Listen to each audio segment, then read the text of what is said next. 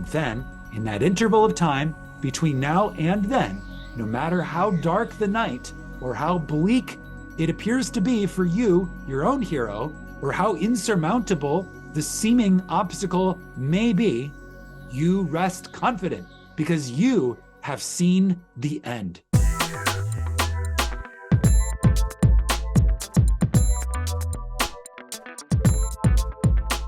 Welcome back to another episode of Daily Neville.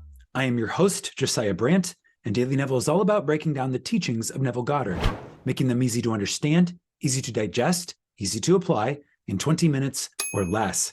Today we're continuing with Neville's famous audiobook titled Your Faith is Your Fortune, and this is the chapter, Interval of Time. In this chapter, Neville is going to discuss how to add a specific interval of time into your appropriated state of consciousness. And he's going to go into tremendous depth on this. Let's go ahead and dive right in. Interval of time. Let not your heart be troubled. You believe in God, believe also in me. In my Father's house there are many mansions. If it were not so, I would have told you. I go to prepare a place for you. And if I go and prepare a place for you, I will come again and receive you unto myself, that where I am, there you may be also. Neville writes, the me in whom you must believe, let not your heart be troubled, you believe in God, believe also in me. That me that you must believe in is your consciousness, the I am, which is God. It is also the Father's house, containing within itself all conceivable states of consciousness. Every conditioned state of consciousness is called a mansion. In my Father's house are many mansions. In my Father's house are many conditioned states of consciousness. In fact, every conditioned state of consciousness that you can imagine is a mansion in my Father's house. Now, this conversation, Neville writes, takes place within yourself. Your I am, the unconditioned consciousness, is the Christ Jesus speaking to the conditioned self, or the local human identity consciousness. That would be you and I in our present earthly human identity. So this is a conversation between the deeper aspect of our being and our local surface self. I am, local human self, from a mystical point of view, is two beings, namely Christ, which is the I, and am, which is the local human self, your whatever your identity is in this moment. So I, the I that I am, go to prepare a place for you, moving from your present state of consciousness into that state desired. It is a promise by your awareness of being to your present conception of yourself that you will leave your present consciousness and appropriate or create and move into and dwell in another mansion or another state of consciousness, another state of being. Neville continues, man is such a slave to time that if, after he has appropriated a state of consciousness which is not now seen by the world, and it does not immediately embody itself, he loses faith in his unseen claim. Then he drops it and returns to his former static state of being. Because of this limitation of man, I have found it very helpful to employ a specified interval of time in making this journey into a prepared mansion. I think a lot of us could identify with what Neville is saying here. Because we are in our present earthly identities so very closely coordinated with this idea of time, time is an illusion, but it is a persistent illusion. And we are so tied up in this illusion. We're so veiled. Our awareness can be so veiled by this illusion of time that we feel that if we appropriate a new state of consciousness or we choose a new state of being that is not currently seen by the world, and it doesn't immediately appear, we'll let go of it and we'll give up. And we'll say, oh, it doesn't work. It didn't happen right away. And so we return to our old state of being. At least that's the temptation. Neville's going to explain to us now how we can overcome this perceived limitation. We have all cataloged the different days of the week months of the year, and seasons. By this, I mean you and I have said time and time again, why today feels just like Sunday or Monday, or today feels like Saturday. We have also said in the middle of summer, why it looks and feels kind of like fall. This is positive proof that you and I have definite feelings associated with these different days, months, and seasons of the year. Because of this association, we can at any time consciously dwell in that day or season which we have selected.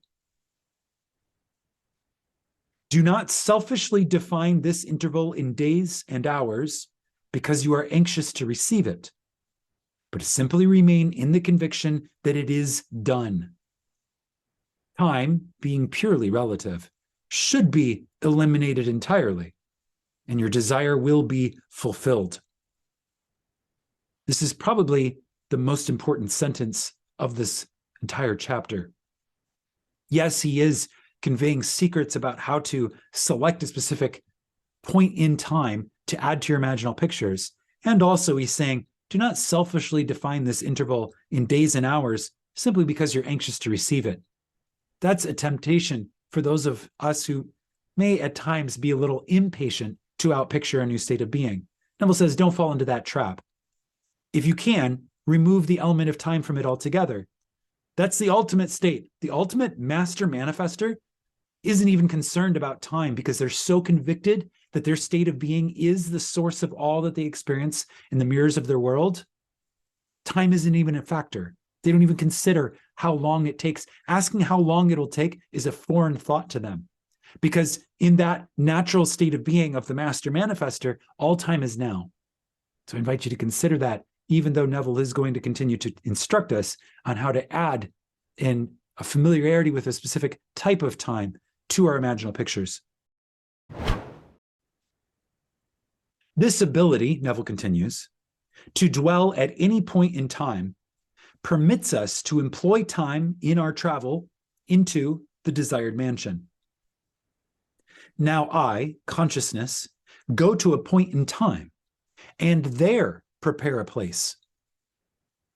If I go to such a point in time and prepare a place, I shall return to this point in time where I have left, and I shall pick up and take you with me into that place which I have prepared, that where I am, there you may be also.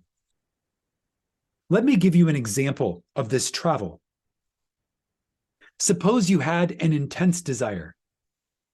Like most men who are enslaved by time, you might feel that you could not possibly realize so large a desire in a limited interval or quickly. But admitting that all things are possible to God, believing God to be me within you or your consciousness of being itself, you can say, I, as my local human self, can do nothing. But since all things are possible to God, and God I know now is my consciousness of being, I can realize my desire in a little while. How my desire will be realized, I do not, as my local human identity self, know. I don't know it as my little human self. But by the very law of my being, I do know that it shall be. With this belief firmly established, decided what would be a relative rational interval of time in which such a desire could be realized. Again, let me remind you, do not shorten the interval of time simply because you are anxious to receive your desire. Make it a natural interval. No one can give you the time interval, Neville says. Only you can say what a natural interval would be to you. The interval of time is relative. That is, no two individuals would give the same measurement of time for the realization of their desire. Time is ever conditioned by man's conception of himself. Confidence in yourself, as determined by conditioned consciousness, always shortens the interval of time. So what Neville is saying is confidence makes it happen quicker. Confidence makes it happen quicker. If you are accustomed to great accomplishments. You would give yourself a much shorter interval of time in which to accomplish your desire than a man who is schooled in defeat. Are you accustomed to accomplishment? Or are you allowing yourself to be the man or woman who is schooled in defeat? Powerful question, very illuminating. And whatever your answer is, you can change it.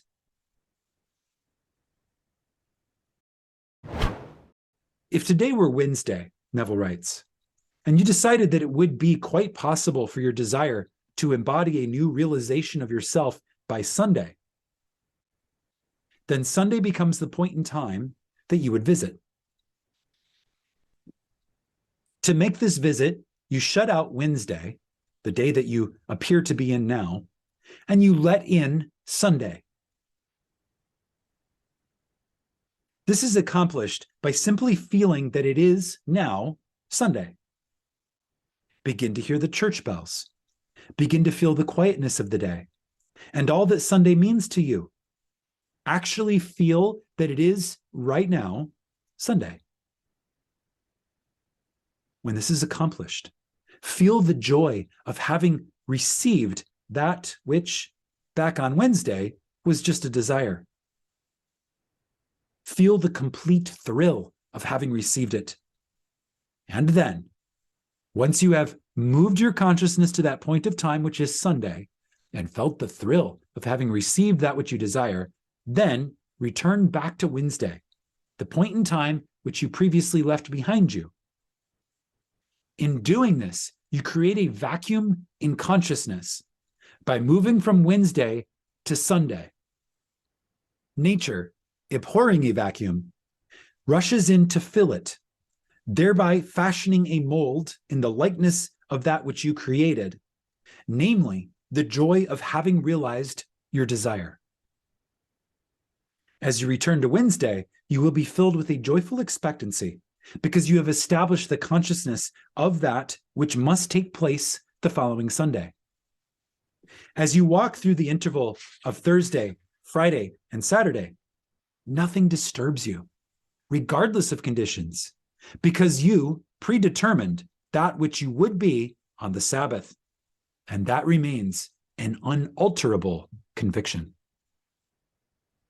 Having gone and prepared the place, you have returned to John, or your local human self, and are now taking that local human self with you through the interval of 3 days into the prepared place that he might share your joy with you.